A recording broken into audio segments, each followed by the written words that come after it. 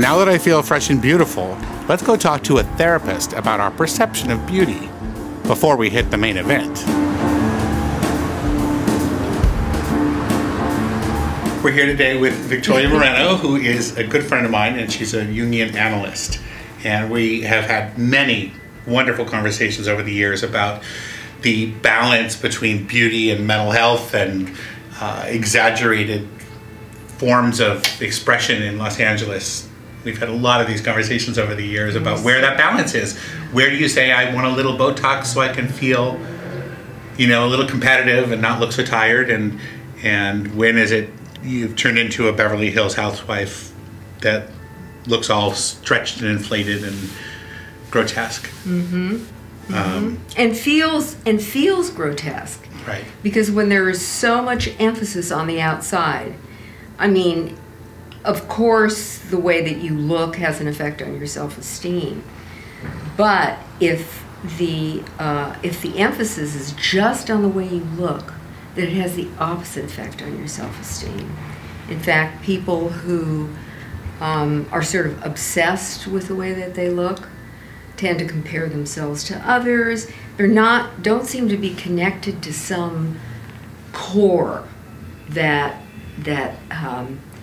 you know, that when you're connected to that core, you feel valuable. It's inside, it's not outside. So people who've done a lot of inner work, you know, you'll notice that they look radiant.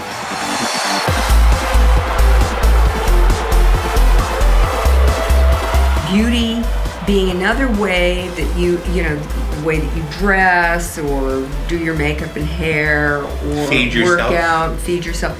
It's an expression of who you are. You know, I dress differently than someone else. It's an expression of me.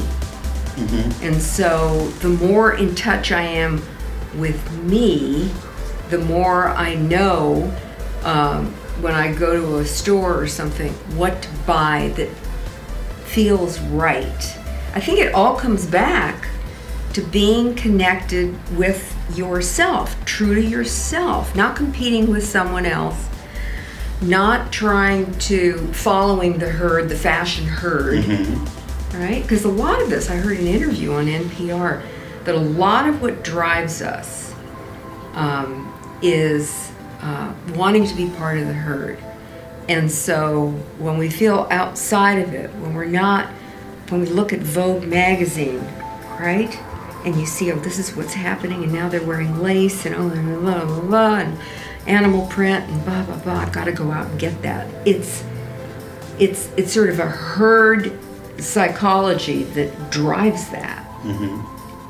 And then the fashion changes or whatever, and then the herd is doing something else.